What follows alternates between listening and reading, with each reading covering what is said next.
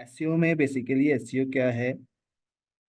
SEO एक organic activities, non paid activity है जो हम करते हैं अपनी वेबसाइट की रैंकिंग के लिए, अपनी वेबसाइट की विजिबिलिटी इंक्रीज करने के लिए सर्च इंजन रिजल्ट पेजेस में। आई होप आप लोगों को इतना तो क्लियर होगा ही। Yes sir. Second thing is कि एसईओ के कुछ टाइप्स हैं, like on page SEO, off page SEO and technical SEO. So on page SEO में हम क्या क्या एक्टिविटीज करते हैं, क्या क्या हमारे।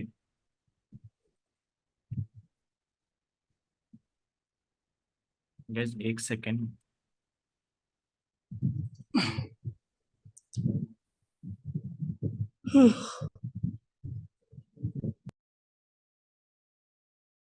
हाँ। तो on page activities, like on page activities में हम क्या करते हैं, पहले हम ऑन पेज डिस्कस करते हैं, फिर उसके बाद off page, then technical SEO. Okay. तो ऑन पेज एक्टिविटीज में हमारा होता है फर्स्ट मेटा टैग सेटअप करना, मेटा टैग को चेंज करना या उनको ऐड करना। मेटा टैग्स में आपके कौन कौन से टैग्स आ जाते हैं बताओ।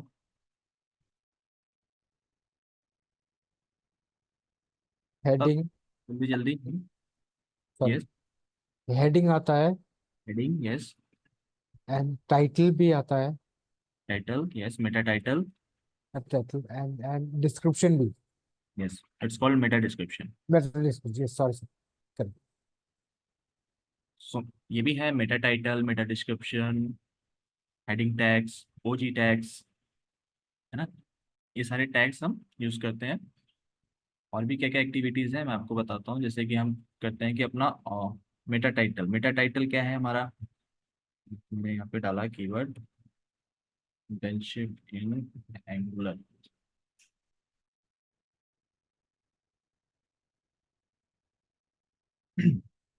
तो ये मेरी जो वेबसाइट है, सर्च इंजन में रिजल्ट हो रही है, पेयर हो रही है, ये इसका मेटा टाइटल है। ठीक है, internship in angular, start your career in angular.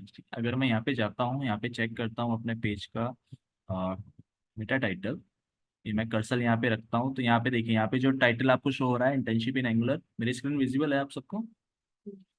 Okay. Internship in angular, start your career in angular. ठीक है, ये आपको मेटा टाइटल यहाँ पे दिख रहा है। यही हम डिस्क्रिप्शन यूज कर किया है हमने। ठीक है। मेटा टाइटल की जो लेंथ है कितनी होती है, 55 to 60 character. Okay. Same Meta description की क्या लेंथ होती है, बताओ, कोई आंसर करो। 160 कैरेक्टर्स है सर। यस, 150 to 160 कैरेक्टर हम यूज करते हैं। ठीक है। हमारे जितने भी वेब पेजेस होते हैं, जितने भी अलग अलग हमारे पेजेस हैं, इन सब के पेजेस अलग अलग मतलब सर्विसेज हैं, सबके अलग सेपरेट पेज है। एंगुलर है, रिएक्ट है, मर्न है, मीन है, पाइथन है। तो इन जितने भी हमारे पेजेस हैं अलग अलग, सबके मेटा टाइटल और मेटा डिस्क्रिप्शन हमेशा अलग ही होंगे, इनके कीवर्ड्स के अकॉर्डिंग। ओके। देन हमारा हेडिंग टैग्स। हेडिंग टैग में आप देख रहे हो जैसे कि यहाँ पे लिखा हुआ है internship and training and internship in angular. ठीक है, ये हमारा क्या है, हेडिंग है। ये H1 टैग हमने यहाँ पे यूज किया हुआ है।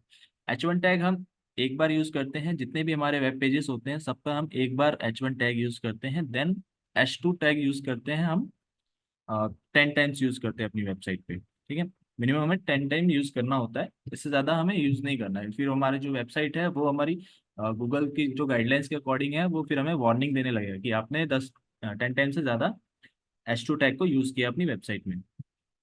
ठीक है, अगर आप और भी टैग्स है हमारे, S3 है, H4 है, H5, H6, उन टैग्स को आप यूज कर सकते हो। H2 आप 10 टाइम यूज करोगे, H1 जो है पर पेज पे 1 टाइम यूज करोगे। ठीक है। मेक श्योर कि जो भी आप अपना हेडिंग टैग लगा रहे हैं, हेडिंग टैग आप सेटअप कर रहे हैं, उसमें आप अपना कीवर्ड जरूर इंक्लूड करें। जो आपका फोकसिंग कीवर्ड है, टारगेटेड कीवर्ड है आपका, उस कीवर्ड को आप मेंशन करोगे अपने टाइटल में भी, डिस्क्रिप्शन में भी एंड हेडिंग में भी। ठीक है। अब मैं इस पे चलता हूँ, स्क्रॉल करता हूँ, इसमें देखता हूँ कि यहाँ पे एक इमेज लगी हुई है। हेडिंग टैग क्लियर हो गया आपको? Yes sir. अब मैं यहाँ पे देखता हूँ कि एक यहाँ पे इमेज लगी हुई है। ठीक है, अब ये इमेज जो है ये किस बारे में है। ठीक है, जब गूगल का बोट हमारी वेबसाइट को रीड करने आएगा और मेरी वेबसाइट पे वो इमेजेस को देखेगा, जैसे ये इमेज को वो देखेगा। ठीक है, तो ये इमेज रीड करने, गूगल इनको भी रीड करता है, इन इमेजेस को भी रीड करता है, इनको भी इंडेक्स करता है, क्रॉल करता है। तो गूगल को हमें बताना होता है कि इमेज जो है ये किस बारे में है। ठीक है, इसके लिए हम क्या यूज करते हैं, कौन सा एलिमेंट हम यूज करेंगे अगर मुझे गूगल बोट को ये बताना है कि ये जो इमेज है ये इस पर्टिकुलर चीज के बारे में है, तो उसके लिए मैं क्या यूज करूंगा। All tag sir, all sorry. Text, all text. Yes, all text use करूंगा यहाँ पे। ठीक है, ऑल टेक्स्ट की भी एक कैरेक्टर लिमिट है 120 to 130 कैरेक्टर्स। ठीक है, जिसमें आप इमेज का एक डिस्क्रिप्शन दोगे, गूगल बोट को ये बताओगे कि ये जो इमेज है ये इस बारे में है। ठीक है, क्योंकि गूगल जो है एज एज ए ह्यूमन हम लोग समझ सकते हैं कि ये जो इमेज यहाँ पे यूज की गई है ये कुछ इसमें कोडिंग वाली चीजें हैं, HTML है। ठीक है, ये CSS+, C++ है, कुछ एट्रीब्यूट्स यूज किए गए हैं। ये जो लोगो है ये एंगुलर का लोगो है। एज ए ह्यूमन हम समझ सकते हैं, बट गूगल बोर्ड जो है ये इन चीजों को नहीं समझ पाता, तो उसे हमें डिस्क्राइब करना पड़ता है अपने वर्ड्स में।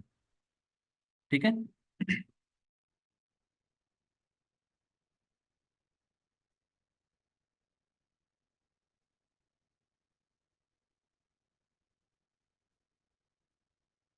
देन मैं आ जाता हूँ अपने दूसरे पेज पे। ये मेरा होम पेज है। अब यहाँ पे आप देखोगे कि यहाँ पे हमने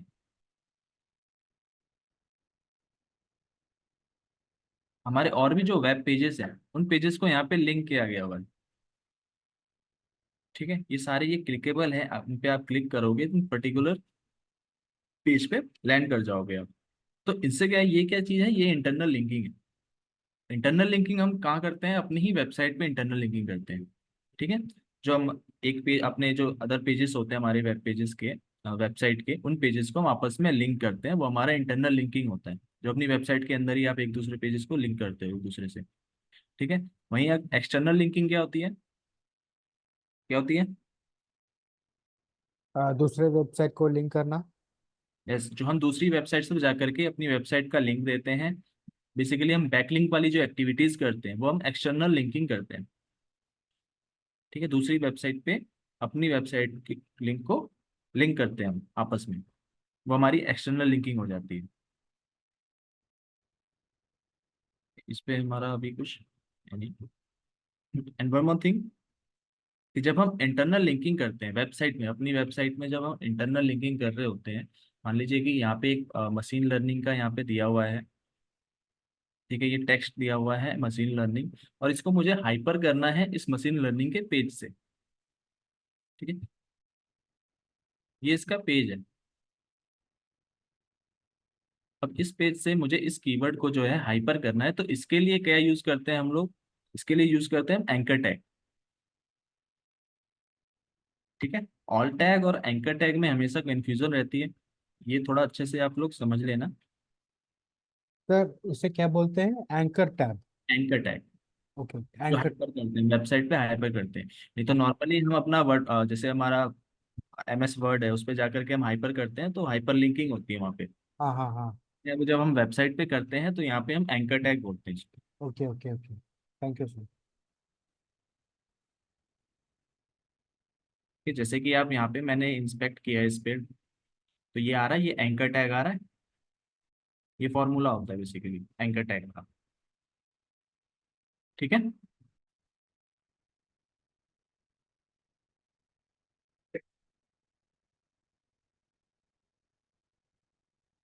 सर वो greater than sign and small है, वही है ना? हाँ, मैं आपको एक काम करता हूँ, मैं चैट पे भेज देता हूँ। ठीक है। वो सब लेकिन वो सब डेवलपर्स का काम है ना सर? हाँ, डेवलपर्स का है, लेकिन ये आपको भी थोड़ा सा ध्यान में। जानना है। ये फॉर्मूला मैंने आपको चैट में शेयर कर दिया है।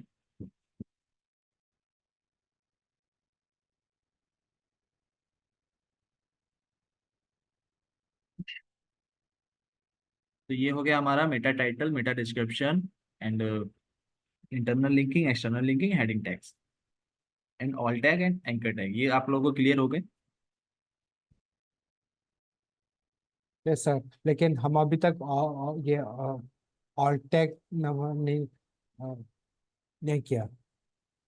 ऑल टैग आपने नहीं किया। नहीं नहीं, और ऑल्टैग पिक्चर का ऑल्टैग वो किया है, लेकिन ये वेबसाइट लिंक का एंकर एंकर एंकर टैग नहीं किया। क्या है, आज पहली बार सुन रहा हूँ। ओके, एंकर टैग का यूज नहीं किया आपने, नो, नहीं। कोई दिक्कत नहीं, लेकिन ये चीज आप ध्यान रखना कि किस तरीके से आप एंकर टैग का यूज कर सकते हो। ठीक है, ठीक। जब हम कई बार जब ऑफ पेज एक्टिविटीज करते हैं, हम हाँ। दूसरी वेबसाइट पे जाके अपना कंटेंट पब्लिश करते हैं, तो वहां पे भी ना हमें कीवर्ड को हाइपर करने का ऑप्शन नहीं मिलता, ओके। पे भी हम यूज करते हैं इन एंकर टैग्स का।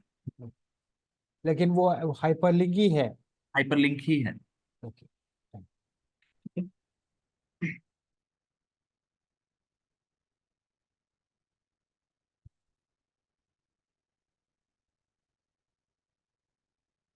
अब जैसे कि मैं व्यू सोर्स में आ गया, व्यू सोर्स में आकर के कुछ चीजें आपको बताऊं। जैसे कि सबसे पहले हमारा आ गया यहाँ पे कैनोनिकल टैग। कैनोनिकल टैग आप लोगों को क्लियर है इसके बारे में? कैनोनिकल टैग हम यूज करते हैं डुप्लीकेट कंटेंट को हाइड करने के लिए। गूगल बोट को हम ये बताने के लिए करते हैं कि जो दूसरी पेज पे हमारा वेबसाइट जो दूसरा लिंक है उस पे जो कंटेंट है वो डुप्लीकेट नहीं है, उसको डुप्लीकेसी से बचाने के लिए हम यूज करते हैं कैनोनिकल टैग्स का। ठीक है, जैसे कि मैं यहाँ पे एक एग्जांपल के तौर पे आपको समझा दूं।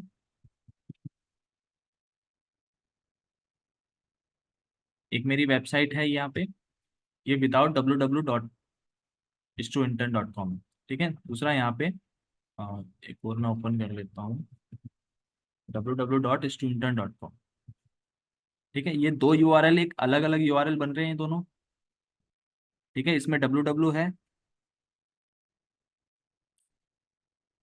इसमें www है, और इसमें www नहीं है। ठीक है, ये गूगल की नज़र में दो यूआरएल है डिफरेंट, लेकिन हमारे लिए ये एक ही वेबसाइट है। ठीक है, अब हमें यहाँ पे गूगल को ये बताना है कि यहाँ पे दोनों जो कंटेंट है वो सेम दिख रहे हैं गूगल को, लेकिन हमको उसको ये बताना है कि ये एक ही वेबसाइट है, इस पे कोई डुप्लीकेसी नहीं है। तो इसके लिए क्या यूज करते हैं? Canonical tag. मैंने यहाँ पे कैनोनिकल टैग लगाया और यूआरएल दिया है मैंने www.student.com वाला। ठीक है, कि ये वाला जो पेज है मेरा, इस पेज को क्रॉल करना है हमें, इंडेक्स करना है इसको। ठीक है, इसलिए मैंने यहाँ पे कैनोनिकल टैग का यूज किया है। एक तो एग्जांपल आपका कैनोनिकल टैग का ये रहा, एक और मैं लेके चलता हूँ आपको ई कॉमर्स वेबसाइट पे।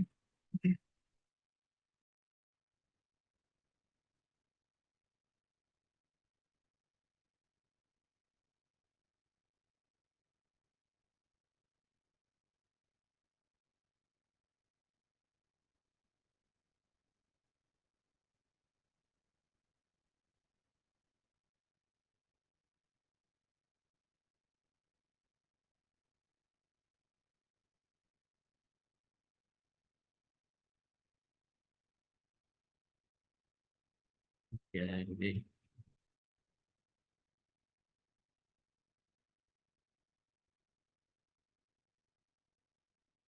विजिबल। देखिए, मान लीजिए मैं इस प्रोडक्ट पे आ गया। अब यहाँ पे जो आपको ये पेज दिख रहा है, इमेज दिख रही है, सेम इमेज यूज की गई है। जो इसका जो यहाँ पे टाइटल दिया गया है इसका, ये भी सेम है। ठीक है, इस पे ऑलमोस्ट जो भी कंटेंट है ये सारा सारा सेम है। ठीक है, अब मैं अगर यहाँ से साइज को चेंज करता हूँ, मान लीजिए मैं मीडियम करता हूँ, तो कंटेंट यहाँ पे भी मेरे को सेम दिख रहा है, लेकिन जो मेरा यूआरएल है ये चेंज हो चुका है। ठीक है, अगर इसको एक्सेल करता हूँ तो ये मेरा यूआरएल चेंज हो जाएगा। ठीक है, अगर मैं साइजेस को चेंज करता हूँ तो साइज चेंज करते टाइम क्या है कि मेरा यूआरएल चेंज हो जाता है, लेकिन जो कंटेंट है वो सेम रहता है, इमेजेस भी सेम है। तो यहाँ पे भी ये डुप्लीकेसी का इशू आ जाता है। गूगल जो है जब इसको रीड करेगा, इन पेजेस को रीड करेगा, क्योंकि ये यूआरएल अलग अलग बन रहे हैं, हर बार हर मतलब साइज पे क्लिक करने के बाद यूआरएल जो है वो अलग हो जाता है। तो यहाँ पे भी क्या है कि डुप्लीकेसी का इशू हो सकता है, तो यहाँ पे भी हम यूज करते हैं कैनोनिकल टैग्स का। सर वो कैनोनिकल टैग यूज करे तो वो हर डिफरेंट पेजेस एक है, वो मानता है ना? एक पर्टिकुलर पेज को ही आप इंडेक्स करवाओगे ताकि डुप्लीकेसी का इशू ना हो। Okay okay okay. ठीक है, मान लीजिए इसमें से आप कोई सा भी एक साइज ले लो, उस साइज को आप इंडेक्स करवा दो। ओके ठीक है, बाकी जो पेजेस हैं वो कैनोनिकल टैग लग जाएंगे उस पे। Okay okay. मानते हैं वो सब एक ही पेज है। हाँ,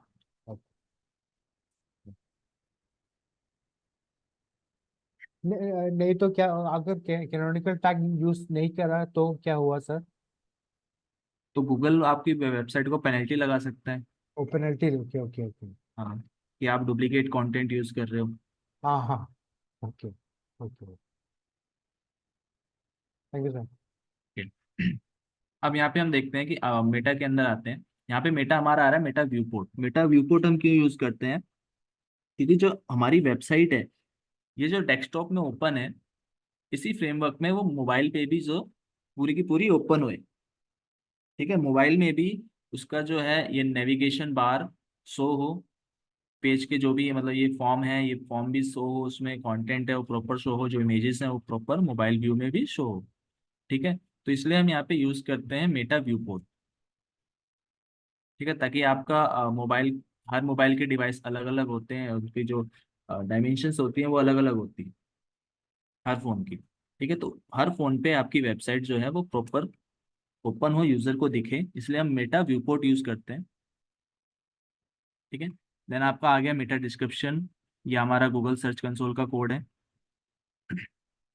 सर वो मेटा व्यू पोर्ट के मतलब कि वो मोबाइल में और वेबसाइट में, डेस्कटॉप में भी सेम हो हाँ, वो? मोबाइल का जो व्यू है वो प्रॉपर हो, उसको ऐसा नहीं है कि वहाँ पे डेस्कटॉप पे आपकी वेबसाइट प्रॉपर ओपन हो रही है, यहाँ पे पूरे नेविगेशन बार अच्छे से लगे हुए हैं, लेकिन करेक्ट, जब मोबाइल पे ओपन किया तो नेविगेशन बार है ही नहीं। ओके। तो व्यू पोर्ट वो टैग करना चाहिए, हाँ, व्यू पोर्ट का यूज करना चाहिए फोन। मोबाइल में डेस्कटॉप के जैसे सेम हो। हाँ। ओके। ठीक है, ये आपका मेटा डिस्क्रिप्शन और मेटा कीवर्ड आप इस तरीके से यूज करते हैं। देन आगे हम अपने ओजी टैग के ऊपर। ओजी टैग क्या होता है? हमारा ओपन ग्राफ टैग। ठीक है, जब भी मैं अगर इस यूआरएल को, मान लीजिए मैंने कोई नया कंटेंट लिखा है, नया आर्टिकल लिखा या ब्लॉग लिखा, ठीक है, अब इसके बाद मैं चाहता हूँ कि इसको मैं मेरे सोशल मीडिया पे बहुत अच्छी कनेक्टिविटी है लोगों के साथ, बहुत अच्छे फॉलोअर्स हैं, तो मैं इस ब्लॉग को शेयर करूंगा अपने सोशल मीडिया हैंडल पे जाकर के।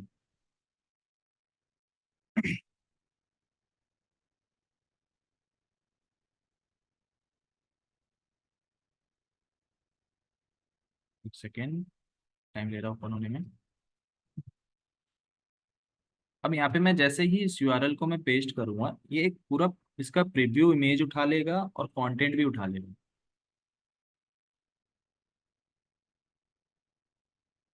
ठीक है, ये इसने इमेज उठा लिया और इसका टाइटल भी उठा लिया। तो मेक श्योर कि जब आप यहाँ पे, तो हमें क्या है कि अभी ये जो कंटेंट पड़ा हुआ है, ये ओजी टैग अभी सेम पड़ा हुआ है सारे यूआरएल्स पे, लेकिन जो भी आपका पेज होगा, उस पेज का ही टाइटल, उस पेज का जो इमेज आपने उस पेज पे यूज की हुई है, वो इमेज का यूआरएल और डिस्क्रिप्शन वो ही यूज करें।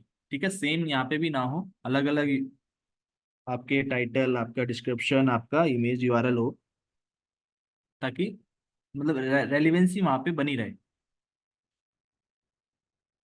ठीक है, तो ओजी टैग हमारा इसलिए काम आता है कि हम अपने यूआरएल को शेयर करें, तो हमारा जो सोशल मीडिया पे जब हम शेयर करें, तो हम रिव्यू में और उसका कंटेंट वो फैच कर लें। ठीक है, ये रहा फेसबुक का। फेसबुक, इंस्टाग्राम, जो भी हम सोशल मीडिया हैंडल हैं, फेसबुक हो गया, इंस्टाग्राम हो गया, या ट्विटर, सॉरी ट्विटर नहीं, लिंक्डइन हो गया, या फिर हम व्हाट्सएप पे भी अगर हम लिंक शेयर करते हैं तो एक प्रीव्यू इमेज उठ के आ जाती है, डिस्क्रिप्शन भी आ जाती है ना वो कहीं। वो सभी के लिए ओजी टैग यूज करें एक? हाँ, उसके लिए हम ओजी टैग यूज करते हैं, लेकिन ट्विटर के लिए ट्विटर का स्पेशल है ओजी हाँ, टैग, जिसको ट्विटर कार्ड बोलते हैं। वो ट्विटर कार्ड हम यूज करते हैं ठीक सोशल है, मीडिया टैग्स के लिए। ओके। ठीक है, जब भी आप अपनी वेबसाइट को एनालिसिस करोगे ना, तो जैसे थर्ड पार्टी टूल्स हैं, SEOsitecheckup.com है, या फिर कुछ SEOability.com है, वहाँ पे जब जाकर के आप अपनी वेबसाइट को एनालिसिस करोगे कि आपकी वेबसाइट में क्या मिसिंग है, क्या आपको और इम्प्रूवमेंट करना चाहिए, तो वहाँ पे आपको एक पॉइंट ये भी दिखेगा कि सोशल मीडिया टैग्स जो है वो मिसिंग है आपकी वेबसाइट पे। तो सोशल मीडिया टैग्स से लोग कई बार ये समझ लेते हैं कि बहुत सारी वेबसाइट पे जो हम सोशल मीडिया टैग्स, लाइक, एक सेकेंड, जो ये सोशल मीडिया के हमने आइकन्स दे रखे हैं अपने पेज, अपना जो भी हमारा चैनल है, जो भी हमारी प्रोफाइल लिंक है, वो यहाँ पे हमने दे रखा है। बहुत लोग ये समझ बैठते हैं कि ये जो सोशल मीडिया के आइकन्स है, इन्हीं को टैग की, इन्हीं के बारे में वो बात कर रहा है, लेकिन ये नहीं, ये तो अलग चीज हो गई। लेकिन सोशल मीडिया टैग क्या होता है? वो ओजी टैग के बारे में बात कर रहा होता है। ठीक है, सो ओजी टैग को हमें इम्प्लीमेंट करना है अपनी वेबसाइट पे। ठीक है, ट्विटर के लिए यूज किया जाता है ट्विटर कार्ड। अगर आप सर्च करोगे ट्विटर कार्ड,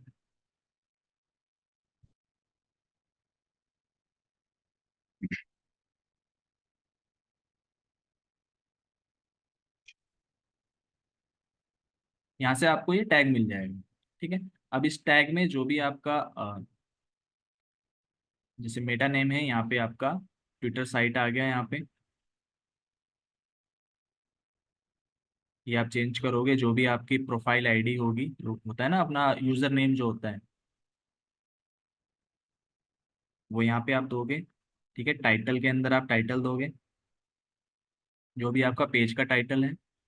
ठीक है, डिस्क्रिप्शन के अंदर आप डिस्क्रिप्शन,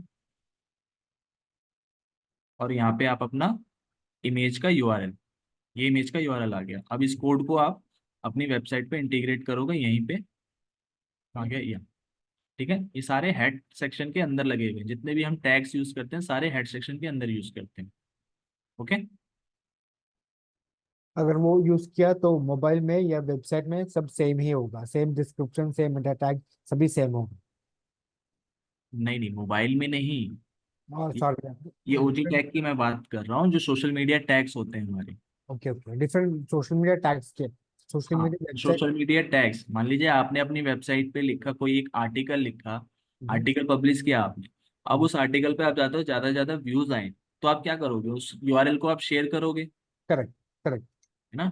सोशल मीडिया अपने जो जितने भी प्लेटफॉर्म्स हैं उन पे जाकर के आप शेयर करोगे, तो शेयर करते टाइम जब अपना यूआरएल आप शेयर करोगे, तो इस तरीके का प्रीव्यू इमेज और उसका टाइटल या डिस्क्रिप्शन ये फैच कर लेगा। वेबसाइट का सेम जैसा। हाँ, ये फैच कर लेगा। अब ये क्या है कि ये क्लिकेबल भी होता है। जब ओके। नॉर्मली आप अपना कोई पोस्ट करते हो, आप इमेज पोस्ट करते हो, उसका कैप्शन भी देते हो, तो वो क्लिकेबल नहीं होता, हाँ हाँ हाँ।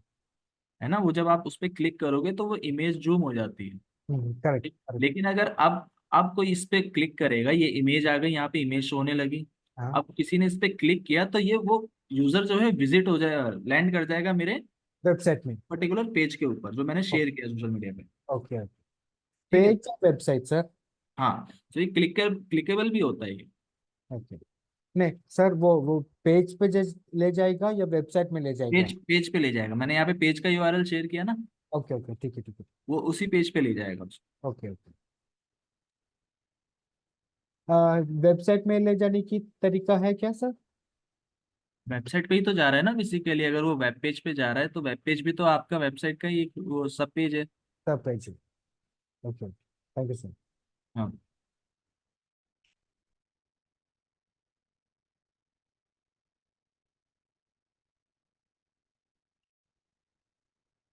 बाकी ये हमने यहाँ पे स्कीमा टैग यूज किया हुआ है। स्कीमा टैग के बारे में आपको बताया था हम लोगों ने, स्कीमा टैग याद है आप लोगों को।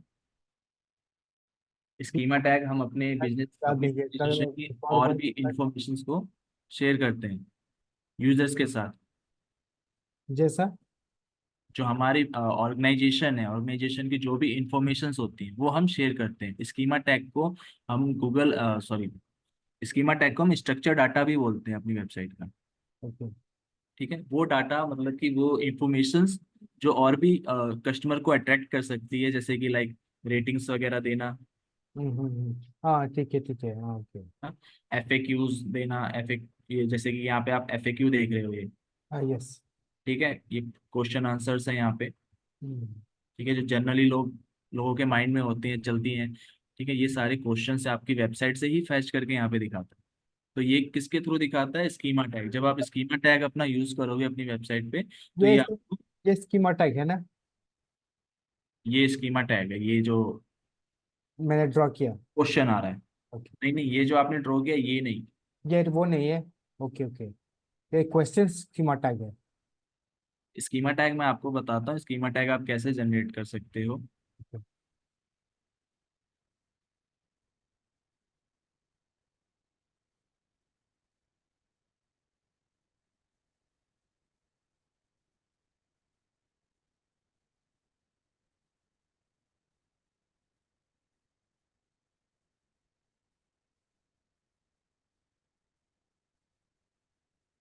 तो बेसिकली ये टेक्निकली चीजें भी हैं, स्कीमा टैग्स, जैसे ये एफएक्यू की हम बात कर रहे थे, सर्च इंजन में हमें एफएक्यू दिखा, तो यहाँ पे आपका क्वेश्चन आ जाएगा।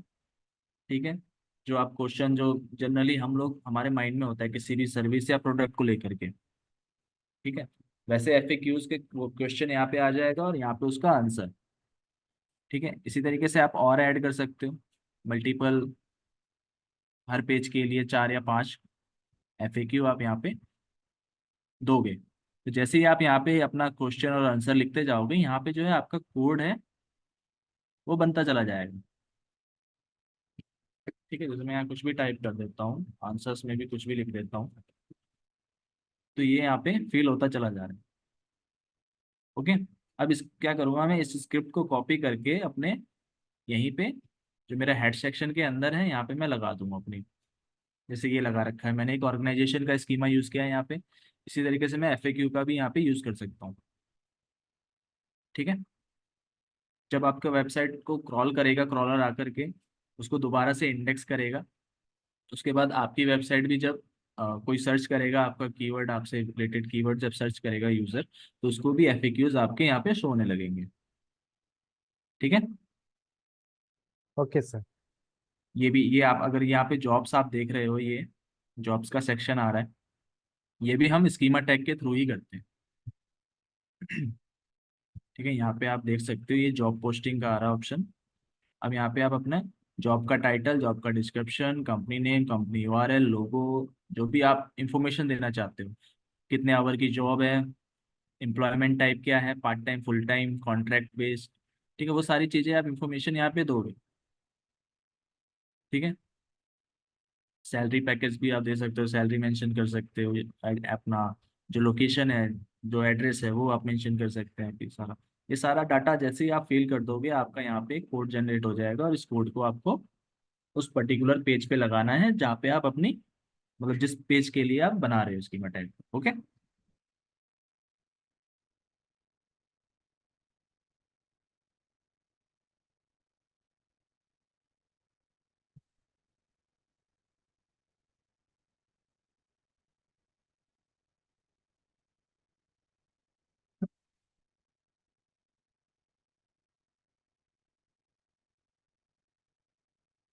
तो ये कुछ हमारे एसईओ के on page and technical SEO के एलिमेंट्स थे, जो मेन फैक्टर्स थे वो मैंने आप लोगों के साथ डिस्कस किए।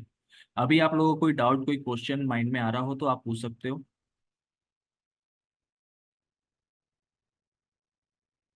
सर वो स्कीमा टैग उसका वो क्या पीपल ऑल्सो आस्क ऐसा हो जाएगा ना, स्कीमा टैग डालकर गूगल ओपन का या कोई ये वो क्वेश्चन है ना नीचे, इस एंगुलर गुड करियर ऐसा आ जाएगा ना क्वेश्चंस को। हाँ, इस तरीके से सर्च इंजन में शो होगा। Okay okay okay okay. ठीक है, ओके। अब यहाँ पे, अब अगर आप किसी भी क्वेश्चन पे आप क्लिक करते हो, तो हाँ यहाँ पे देखिए, यहाँ पे जो आ रहा है ये यूआरएल है, जीरो मोटो कुछ करके है ये। हाँ ठीक है, हाँ। पे आप चेक करोगे ये किसी और कंपनी का होगा। ओके ओके ओके ठीक है, ये चेंज होता चला जाएगा सबके, मतलब एक एक क्वेश्चन हर वेबसाइट का इसने उठा करके ओके यूजर को दिखाया।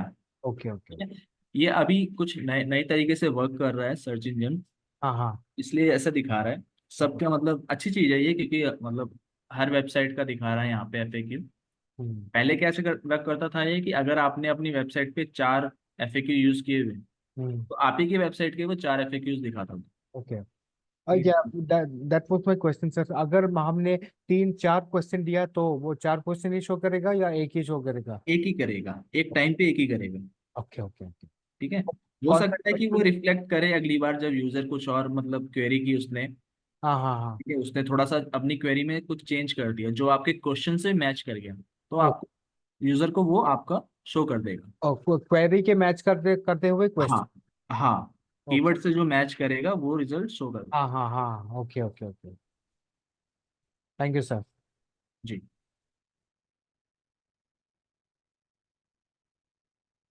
और कोई किसी को डाउट, क्वेश्चन?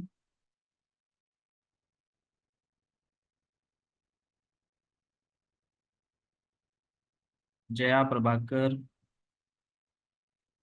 सिद्धार्थ, अंकित।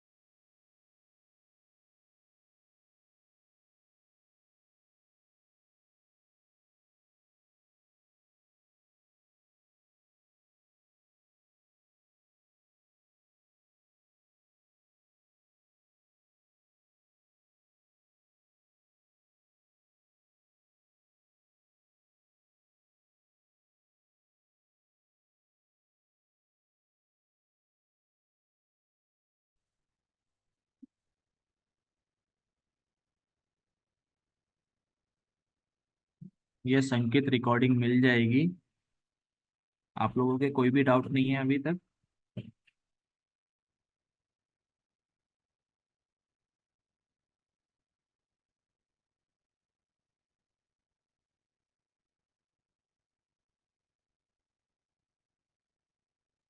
ओके, सो कोई डाउट नहीं है तो ओके, देन आप अपना जो हमारा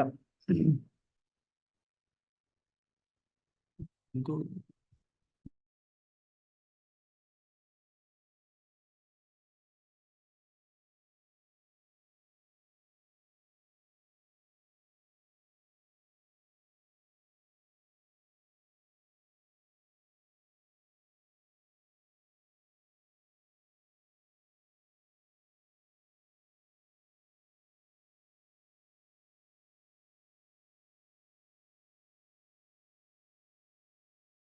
सो गाइज, इसके बाद मैं आप लोगों को गूगल सर्च कंसोल के बारे में बताऊं। गूगल सर्च कंसोल एक हमारा गूगल का प्रोडक्ट है, गूगल का टूल है, जिसकी हेल्प से हमें ये पता लगता है कि हमारी वेबसाइट की जो ऑर्गेनिक परफॉर्मेंस है वो क्या है। दूसरा, हम अपनी वेबसाइट को इंडेक्स कराने के लिए एक रिक्वेस्ट करते हैं जहाँ से ठीक है। और थर्ड पॉइंट इज कि मान लीजिए कि अगर हमारी वेबसाइट में कोई भी टेक्निकली इश्यूज आए, कोई भी हमारा एरर पॉइंट है हमारी वेबसाइट के अंदर जिसकी वजह से गूगल जो है उस पेज को क्रॉल नहीं कर पा रहा है या फिर इंडेक्स नहीं कर पा रहा है, तो उस केस में भी आप जो है, आपको मतलब वो बता देता है कि क्या क्या इश्यूज आपकी वेबसाइट पे आ रहे हैं, आप किस तरीके से उसे फिक्स कर सकते हैं। ये सभी सर्च कंसोल में बता देगा सर? यस, मैं अभी आपको बताता हूँ। Okay sir.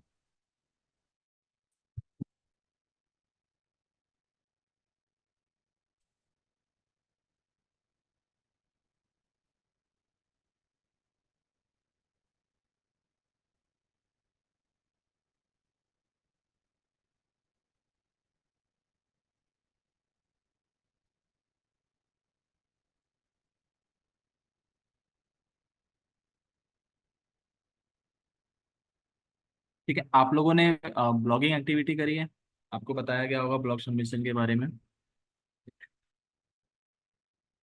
की है आपने ब्लॉगिंग? नहीं सर।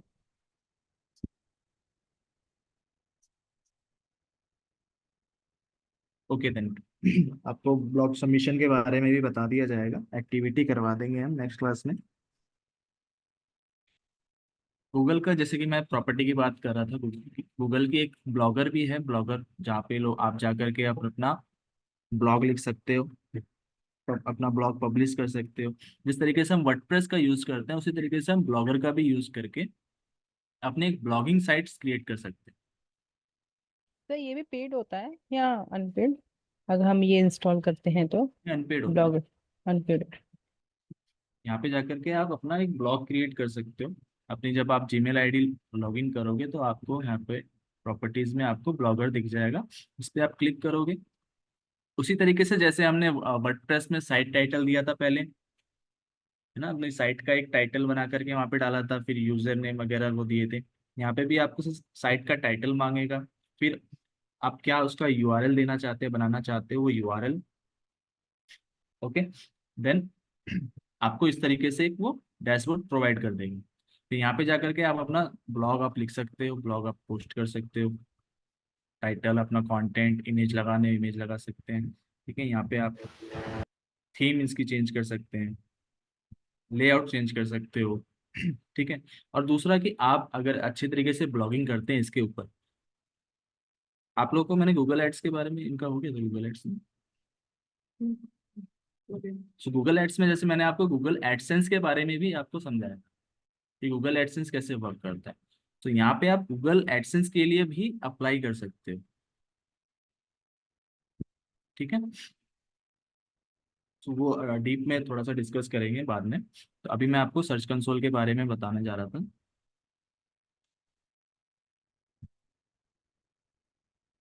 तो यहाँ पे ऑलरेडी मेरी वेबसाइट की प्रॉपर्टी ऐड है, मैं एक प्रॉपर्टी ऐड करता हूँ। जब हम सर्च कंसोल पे अपनी प्रॉपर्टी ऐड करते हैं तो यहाँ पे देखिए, यहाँ पे दो ऑप्शन दे रहा है मेरे को, एक सिलेक्ट करने के लिए कह रहा है एक प्रॉपर्टी, एक आ रहा है डोमेन, एक आ रहा है यूआरएल प्रीफिक्स। अब डोमेन में क्या है, जैसे थोड़ा सा आइकन को देख के समझने की कोशिश करना। ठीक है, यहाँ पे एक आइकन दिया हुआ है, एक छोटा सा बॉक्स है, उसको इसने ब्लू कर रखा है। उसके नीचे जो इसने तीन और बॉक्स बना रखे हैं, इसके डायग्राम बना रखा है यहाँ पे। ठीक है, यानी कि इससे ये तीनों लिंक है। मान लीजिए कि एक मेरी वेबसाइट है,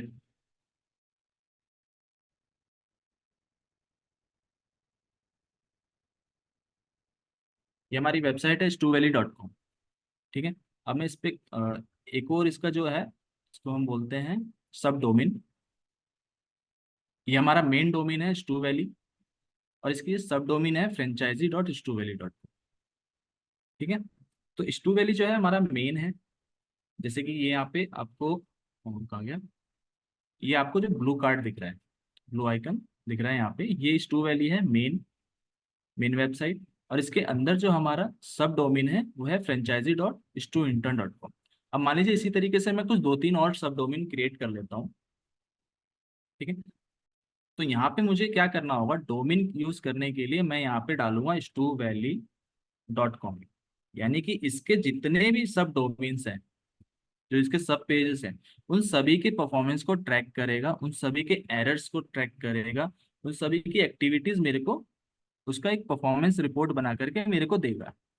ओके, एंड यूआरएल प्रीफिक्स में क्या है, यहाँ पे देखिए, यहाँ पे इस आइकन को दोबारा से आप देखो, समझने की कोशिश करो। यहाँ पे एक ब्लू कार्ड बना हुआ है, इसने जो मेन डोमेन है उसका इसने कोई स्पेसिफिक पेज ले लिया, इसने एक मतलब स्पेसिफिक इसने सब डोमेन ले लिया, सिर्फ उसी डोमेन का आपको डाटा चाहिए। जैसे फ्रेंचाइजी जब के तरफ। जैसे कि मान लीजिए कि मुझे इस वेबसाइट का इस वेबसाइट की परफॉर्मेंस ट्रैक करनी है, इस वेबसाइट की जो भी एरर्स हैं, या फिर इस वेबसाइट के लिए मुझे इंडेक्सिंग रिक्वेस्ट करनी है, तो इसके लिए मैं यूआरएल प्रीफिक्स यूज करूँगा। अगर मैं इन दोनों वेबसाइट का डाटा चाहता हूँ, ये दोनों का, तो इसके लिए मैं जाऊँगा डोमेन के साथ में। ठीक है, लेकिन मुझे दोनों में से किसी एक का चाहिए परफॉर्मेंस, तो मैं जाऊँगा यूआरएल प्रीफिक्स के साथ। ओके, ये ओके सब सर। क्लियर हुआ ये? क्या है सर? Yes sir. सो अभी मैं ये ले लेता हूँ, लेकिन यहाँ पे मैं डोमेन वाला नहीं सिलेक्ट करूंगा, यहाँ मैं करूंगा यूआरएल प्रीफिक्स का ही। मतलब अगर मैं डोमेन में जाऊंगा, तो यहाँ पे क्या करेगा, मुझे इसके साथ साथ, इसकी परफॉर्मेंस के साथ साथ ये फ्रेंचाइजी की परफॉर्मेंस भी मेरे को बताएगा। ठीक है, लेकिन मुझे सिर्फ stuvalley.com की ही परफॉर्मेंस जाननी है, इसी की ही मैं अपनी इंडेक्सिंग रिक्वेस्ट या फिर इसके क्या इश्यूज हैं वेबसाइट में वो चेक करना चाहता हूँ। इसके लिए करूंगा मैं कंटिन्यू।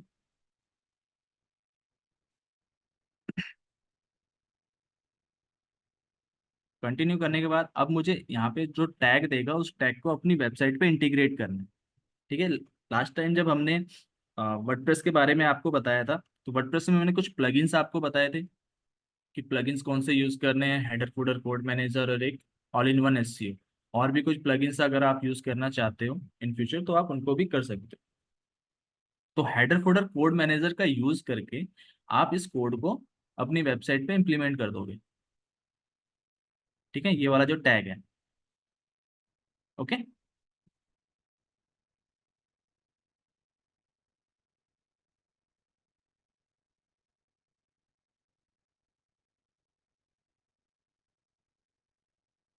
जब आप इसको इम्प्लीमेंट कर देंगे अपनी वेबसाइट पे, इम्प्लीमेंट करने के बाद ये वेरीफाई बटन पे आप क्लिक करना, आपका वेरीफाई हो जाएगा। वेरीफाई होने के बाद ये आपको इस तरीके से जो कि है, ये परफॉर्मेंस आपका ट्रैक करके आपको बताने लगेगा। ठीक है, परफॉर्मेंस में आते हैं। परफॉर्मेंस में ये मेरे को बताएगा कि मेरी वेबसाइट पे जो यूज़र आ रहे हैं वो क्या क्वेरी कर रहे हैं, कौन से कीवर्ड का यूज़ कर रहे हैं। ठीक है, ये जब यूज़र इन कीवर्ड को यूज़ करता है, अपना क्वेरी करता है, तो मेरी वेबसाइट उनको सर्च इंजन रिजल्ट पेज में शो होती है। ठीक है, कितने क्लिक्स आए हैं, डेट यहाँ पे आप सिलेक्ट कर सकते हैं, 3 मंथ्स, 7 डेज, 28 डेज, 90 डेज। ठीक है, डे के हिसाब से भी आप अपना चेक कर सकते हो अभी कि क्या उस डेट में आपकी क्या परफॉर्मेंस थी, कितने इंप्रेशन आए, कितने क्लिक्स आए, और कौन सा कीवर्ड है, कितने टोटल नंबर ऑफ कीवर्ड्स जो यूजर्स हैं वो यूज़ करते हैं। यहाँ से आपको एक अपना कीवर्ड आइडिया भी लग सकता है। आप इन कीवर्ड का यूज कर सकते हो अपने एसईओ स्ट्रेटजी के अंदर।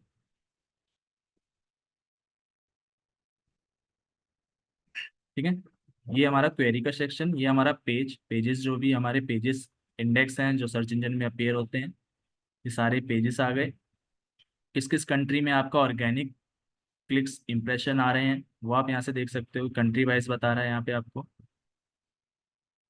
किस कंट्रीज में आपकी वेबसाइट परफॉर्म कर रही है, कैसा परफॉर्म कर रही है।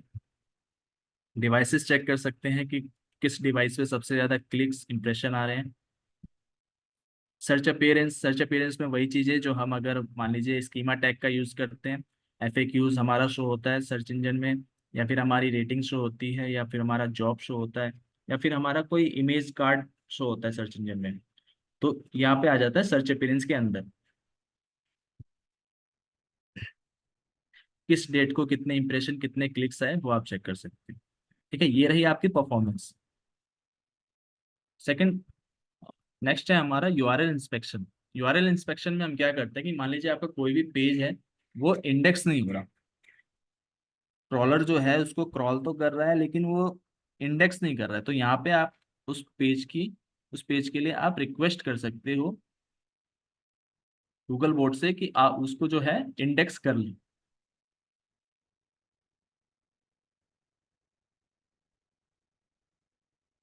सर एक डाउट है। जी। सर वो गूगल हमारी वेबसाइट को क्रॉल किया है या नहीं किया है वो हम कैसे जाने? क्रॉल किया है कि नहीं किया है ये हम कैसे जानेंगे, क्वेश्चन करेक्ट। बताता हूँ मैं आपको। कैसे? आपने उस वेबसाइट का यूआरएल कॉपी कर लिया, हाँ हाँ। कॉपी करने के बाद आपको यहाँ पे टाइप करना है कैशे सेमीकॉलम ओके। और यूआरएल को पेस्ट कर लेंगे। ओके। ठीक है, अब यहाँ पे आपको ये पता चल जाएगा, ये जो डेट आ रही है हाँ। 1 मई को, ये पेज जो है गूगल बोट ने क्रॉल किया है इसको, ओके ओके। और किस टाइम पे किया वो भी आपको यहाँ पे देखने को मिल जाएगा। वो कैश है सेमीकोलन और आपके वेबसाइट यूआरएल वो डाल हाँ। के। ओके। हाँ। ठीक है, मैं फिर से एक thank bar you. Chat box में शेयर कर देता हूँ। Okay sure ma'am, thank you sir.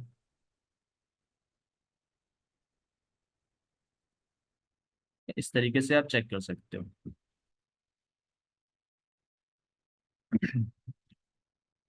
हाँ, तो मैं यहाँ था इंस्पेक्शन के अंदर, यहाँ पे मान लीजिए इस यूआरएल को मुझे क्रॉल करवाना है, इंडेक्स करवाना है, तो यहाँ से जाकर के मैं रिक्वेस्ट कर सकता हूँ। मान लीजिए अगर ये मेरा यहाँ पे अभी ग्रीन दिखा रहा है यानी कि क्रॉल हो चुका है, इंडेक्स हो चुका है।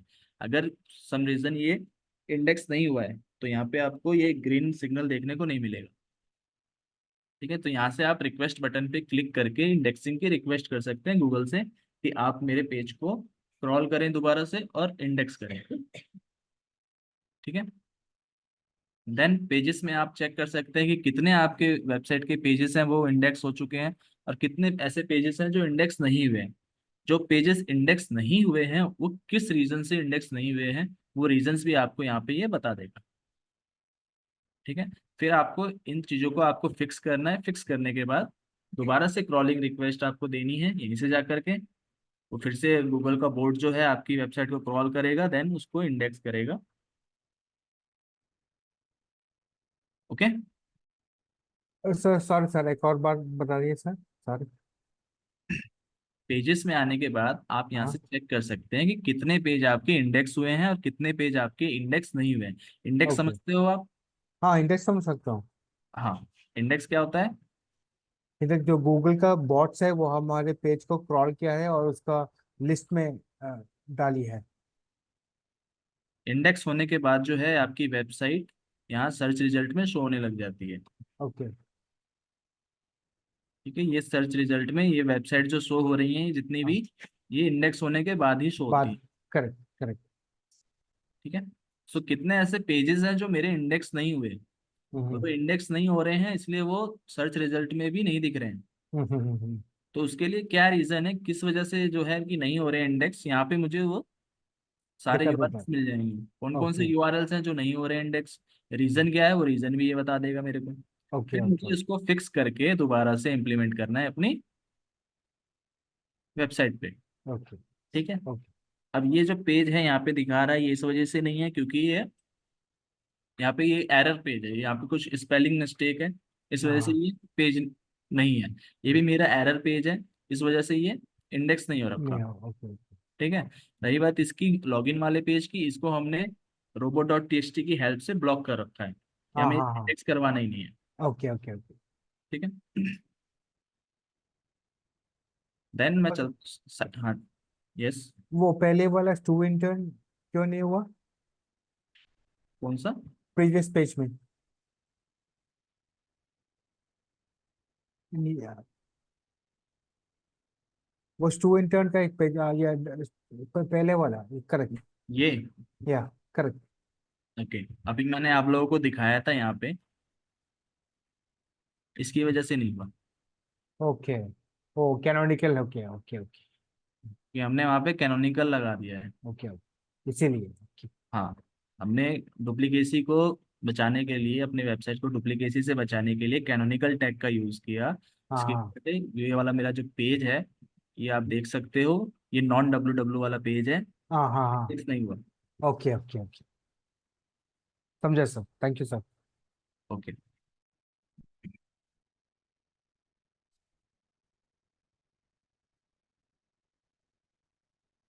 देन साइट मैप आप लोग समझते हो साइट मैप क्या होता है?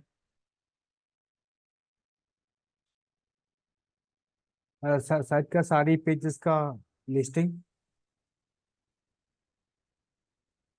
लिस्टिंग नहीं,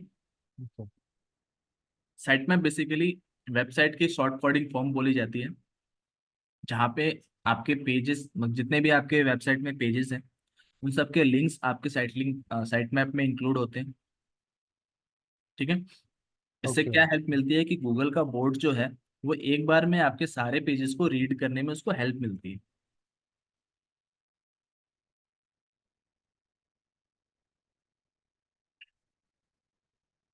गूगल का बोर्ड जो है अगर आपकी वेबसाइट पे आता है और उसको साइट मैप नहीं मिलता, तो वो क्या करेगा कि वो एक एक पेज को चेक करेगा, रीड करेगा, एक एक पेज पे जाएगा, उसको क्रॉल करेगा, फिर इंडेक्स करेगा। तो इसमें उसका काफी टाइम जो है वो चला जाता है। गूगल के जो पैरामीटर्स हैं वर्क करने के, बोर्ड्स के, चाहे क्रॉलिंग के, चाहे इंडेक्सिंग के, इन सभी की एक टाइम लिमिट होती है, जिसे हम क्रॉलिंग बजट भी बोलते हैं। ठीक है। क्रॉलिंग बजट क्या होता है कि आपकी वेबसाइट में मान लो कि गूगल का बोर्ड आपकी वेबसाइट पे आ रहा है आपके पेज को रीड करने के लिए, तो उसके पास एक पर्टिकुलर टाइम पीरियड होगा, 5 मिनट का या 10 मिनट का। वो इतने देर ही आपकी वेबसाइट पे रहेगा और रीड करेगा, देन वो चला जाएगा। ठीक है। ये सारी एक्टिविटी एक मशीन लर्निंग के थ्रू ही होती है। ओके ओके, वो कांस्टेंट है, हाँ। गूगल ने किया है। हाँ, तो ये क्रॉलिंग बजट होती है, क्रॉलिंग बजट बोलते हैं इसको, कि क्रॉल करने के लिए जब गूगल बोट आपकी वेबसाइट पे आता है तो उसके पास सिर्फ एक टाइम होता है कि इतने टाइम तक ही वो आपकी वेबसाइट पे रहेगा, और उतने ओके, देर में वो जितने पेज को भी क्रॉल कर सकता है, रीड कर सकता है, यानी कि वो रीड करके फिर चला जाए। वो हम नहीं चेंज कर सकता ना? वो हम नहीं कर सकते। ओके ओके ठीक है। हम क्या कर सकते हैं, मैंने आपको पहले बताया कि हम यहाँ से रिक्वेस्ट कर सकते हैं, ओके गूगल बोट को यहाँ से रिक्वेस्ट कर सकते हैं कि आप आओ दोबारा से क्रॉल करो पेज को, जो भी एरर्स से हमने फिक्स कर दिया आप दोबारा क्रॉल करो और इंडेक्स करो इस पेज को। ओके, वो हमारी तरफ रिक्वेस्ट जाना पड़ेगा। हाँ। ठीक है। ओके तो साइट मैप हमारा क्या हेल्प करता है यहाँ पे, कि साइट मैप मैंने अपनी वेबसाइट पे लगा दिया, अब यहाँ पे सारे यूआरएल्स आ गए मेरी वेबसाइट के। अब जब गूगल का बोर्ड आएगा मेरी वेबसाइट को रीड करने के लिए, तो उसे सारे यूआरएल्स यहाँ पे एक बार में दिख जाएंगे, और वो एक बार में ही सारे पेजेस को रीड कर लेगा और इंडेक्स करने में हेल्प मिलेगी इससे मेरे को। तो साइट में होगा वो जल्दी होगा। हाँ, साइट मैप इसीलिए हेल्प करता है कि गूगल का बोर्ड जब आपकी वेबसाइट पे आए आपकी वेबसाइट को रीड करने के लिए, तो एक बार में सारे पेजेस को रीड कर ले। ओके ओके ओके, ठीक है। अगर साइट मैप नहीं हुआ तो वो टाइम लेगा, एक हाँ एक हाँ, करके आपके पेज को क्रॉल करेगा फिर इंडेक्स करता चला जाएगा। ओके ठीक है। इसमें काफी सारा टाइम आपका निकल जाएगा। सही है। ठीक है? इसलिए हम साइट मैप डॉट एक्सएमएल का यूज करते हैं। साइट मैप ओके जब इम्प्लीमेंट कर दोगे अपनी वेबसाइट पे, तो आपको यहीं पे आकर के यहाँ पे आपको आपका यूआरएल आ रहा है वेबसाइट का, इसके आगे आपको टाइप करना है sitemap.xml, ठीक है, और डाल करके आपको सबमिट करना है। जितने भी आपके पेजेस हैं वेबसाइट में वो डिस्कवर कर लेगा दोबारा से, वो आपको रीड कर लेगा आकर के, गूगल बोर्ड जो है दोबारा आएगा आपकी वेबसाइट पे और सारे पेजेस को रीड कर लेगा। मतलब आप गूगल बोर्ड को एक इंडिकेशन दे रहे हैं कि हमने अपनी वेबसाइट पे साइट मैप इम्प्लीमेंट कर दिया है, अब आप एक बार में सारे पेजेस को रीड कर सकते हो। Okay. Okay, so fine guys, sir. आज का टाइम जो है वो ओवर हो गया है, तो मैं सॉरी सर। आपके जो फीचर्स हैं वो आपको नेक्स्ट क्लास में बताऊंगा। Okay. Okay, thank you sir. समझ में आया हो आप लोगों को? हाँ, समझाया। ऑलराइट, जी sir. So and thank you sir. You welcome.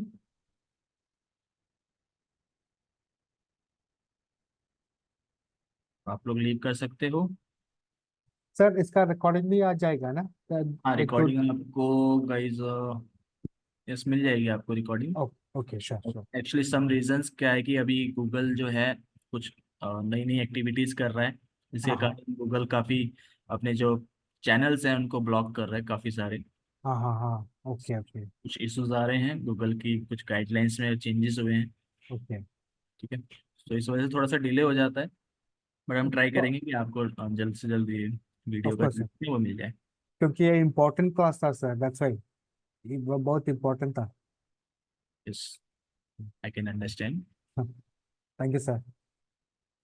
You welcome. Okay guys, see you in the next class.